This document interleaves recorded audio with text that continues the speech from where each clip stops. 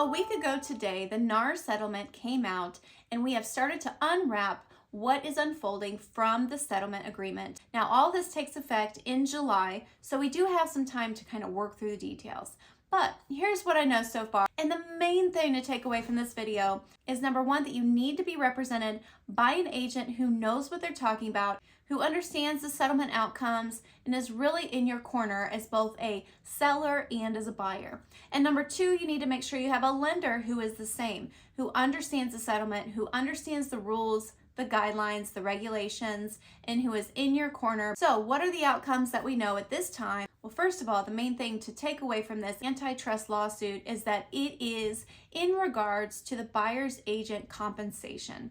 So the main outcome is that compensation on the MLS. What are the impacts then that we'll see from this? Number one, you're going to see more agents, if they're not already doing it, having a buyer's agency agreement prior to you going and looking at homes. You're also going to note that some people may have to negotiate some of their seller concessions to be used to pay for their buyer's agent compensation. So what does that mean? So seller's concessions are common. It's something that we've always talked about, discussed. They've come and gone as the market has changed, but seller's concessions can be used typically for closing costs, prepaids, discount points, all of that sort of thing. That is not something you can use for the down payment, so please know that.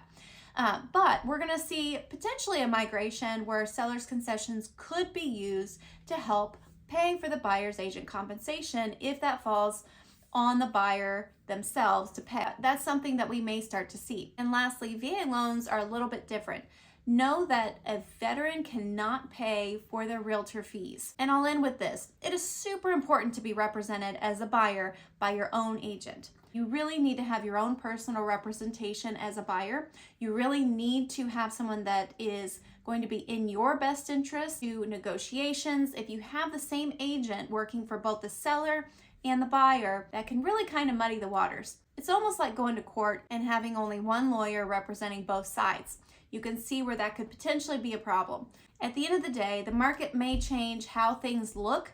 There may be some different paperwork, but big changes come all the time, especially in real estate, especially in mortgage, and we have to adapt to them, and we will. If you have any questions about this or anything else, I'd love to help. Thanks, guys.